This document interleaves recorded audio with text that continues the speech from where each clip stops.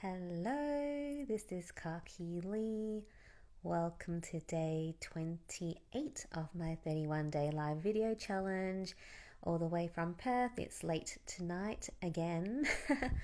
I want to talk about what shapes your reality and whether that is right or wrong today. I caught up with my girlfriend today to celebrate her 40th, and we talked for many hours. I was at her place for a good 4 hours, I think. 3 hours, 4 hours. And we had such great conversations about everything from what's happening in the world right now to our lives, to spirituality, to just things. Ants was another topic that we talked about. But one thing that was really evident and that really kind of stood out for me today was what shapes our reality. And is your reality right versus someone else's? Because our reality is shaped by what we have been exposed to and what we have seen in our lives. So if you grew up, let's use, Asian people of Asian descent, for example. If you look at old, cartoons, even old shows where they have Chinese people, the drawings, for cartoons, they have, the long slanted and the slanted eyes, the eyes are hardly there. But if you look at me, it probably doesn't fit the description of the characters that used to be drawn to depict Chinese people.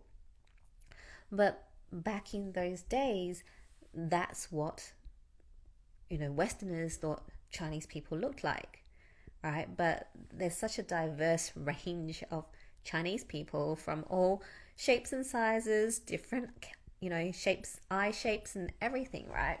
Even skin color is, going from fair to darker skin color. I'm more like olive than the very fair skin type Chinese, right? And even with Westerners, it's the same. We are so diverse. But what shapes our reality is what we've been exposed to. So if you grew up being exposed to only seeing certain things and never seeing the other side or another side of things, you would never know that there was another side. And it doesn't mean that your reality is wrong. It's just that you don't know anything different, right? And until you open your eyes or get exposed to a different side of reality, you can go, oh, actually, that's completely different to what I thought, because that's all I've been shown. So if you're, say, for example, let's talk about money, because I like talking about money. You grew up in a family that was rich. That's rich. And you didn't have to care about money at all. Money was just handed to you on a silver platter. You wouldn't have a clue, or poverty is not even in your reality, right? You wouldn't even think about someone who's in poverty and how hard it is for them to survive every single day. Am I going to have food today? That's something that someone who's in poverty would be like, well, I don't have money, so where's my food coming from? That's a basic human need to survive. But if you were born in a family that was rich, that's not even in your reality. Vice versa, if you were born in poverty, a rich lifestyle is not even in your realms of reality. You can't even imagine what it is or looks like. It doesn't mean that is right or wrong. Look at what's happening in the world right now, right? There's so many different camps of people believing in different things. But is it right or wrong? right?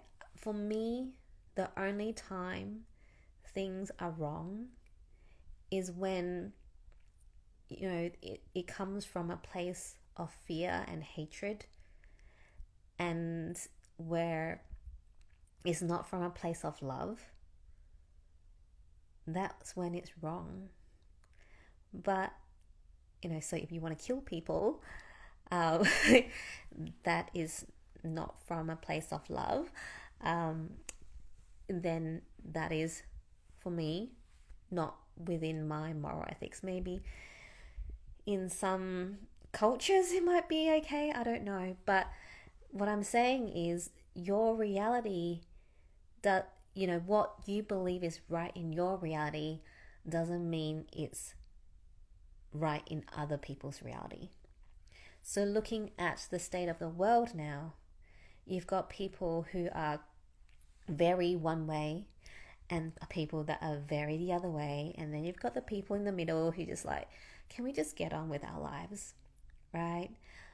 Just let us decide what we want and get on with our lives. Most people are in that middle camp, and they're just like, okay, I will follow the rules and do what you say if you just let me get on with my lives. And then there's the people who are going, no, you have to do this, and the other people are like, no, you have to do this. But what's right and what's wrong? Each camp, each person has their own beliefs, and it's shaped from what they have seen in their reality. So if you have people that only watch mainstream media news and listens to everything that is being told to them and comply, then that's their reality. And that's fine if they believe that. And then you have the other people who are I don't even want to call them conspiracy theorists, because a lot of things that were conspiracy has somehow come true now, but it's like we live in a sci-fi movie that never ends. But, the other camp is like, oh, there's all these things, da da da da, I mean, whatever. They, the vaccine's not good, whatever it is. And they watch alternative news, and they're very anti what the mainstream media and the government says. And it's like, well, are they wrong? Well, no, that's what shaped their reality, right? But when it comes from a place of fear and hatred, that's when we have to question ourselves. Why are we hating on each other? We actually do know what the common theme here is. Everyone wants their freedom. Everyone wants their sovereignty. Everyone wants to get on with their lives. And people need to understand that both camps, any camp, is no different.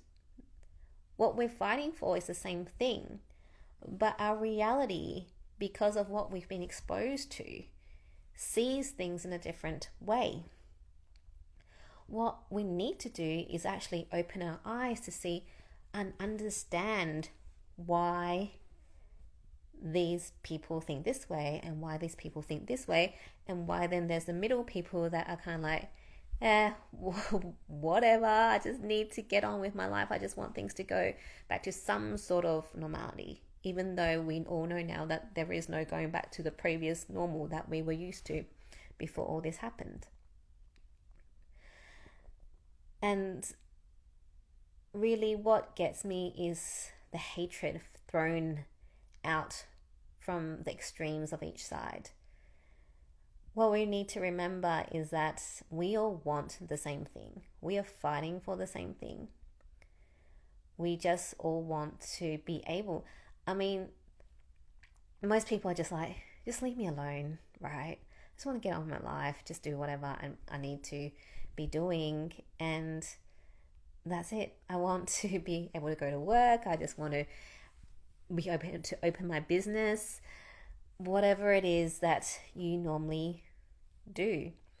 If it means that there are certain rules okay, well, how can we make it that we can include everyone and not segregate different groups of society? Because if history has taught us anything, segregation, coercion, and violence has not worked in the past and right now. So, what we need to do really, there is no right or wrong reality. It's what's right because that's what you've been exposed to. But if we can open our hearts and open our eyes to understand each other, then life and the world and everything that's happening right now, it will start to kind of fall away. The tension, the fear, the anxiety, because we can see that what we really want is the same thing, and that is freedom, right? And it's really heartbreaking to see what's happening right now. I think it's definitely necessary because it's helping a lot of people wake up to a different way of doing life. People that, may have been stuck in a job that they've hated but didn't know how to get out of, have been forced to get out of it. People that might be running businesses but it actually wasn't fulfilling, were forced to close those businesses and think of a new way to do business or to do life. Or people that were disconnected from their family because they've been working so much are forced to reconnect with their family. People that really were lost but were now forced to actually think about what they really want in their lives. So as much as all this that is happening seems like a disaster and chaos, and it is in so many ways, is also a beautiful awakening and new beginning for a lot of us, a lot of people. And the people that refuse to acknowledge what hasn't been working in their lives, the people that are refusing to open up and see that everyone just wants love and to be included and to be able to decide what they want to do for themselves. It's gonna be hard, right? Because you'll continuously be stuck in that same loop of being in a life that you don't really like. I was, with my conversation with my girlfriend today, we're just talking about people that we know, and it's like, wow, there's so many people that refuse to take responsibility for their lives, that refuse to see things any other way. What we know is with everything that happened, the resilience human beings have, how amazingly adaptable we are, how we can change how we live, how we do business, how we do our lives. Sure, it hasn't been easy, but it also allows us to understand that there's not just one way, the way that we've always been told to do things. People are getting more innovative and more creative with how they do things. People are building communities to, with people that share the same beliefs as them. At the end of the day, what shapes your reality is what you've been exposed to. And if you have not been exposed to another reality, then you're always going to think the other people's reality is wrong if they're different to yours. But I can tell you it's not. It's just that you haven't been exposed to what they've been exposed to, and vice versa. But if, as I said, if we can just open our hearts and open our eyes and open our ears and let go of our ego, the I need to be right ego, and understand why, then the world will be a better place. That's all from me for tonight, and I hope you enjoyed that message or it resonated with you. Let me know. If it didn't, let me know also. But please be kind. I don't tolerate people that aren't. And that's it. I love you. I believe in you. And always spread love and joy and kindness and light wherever you go.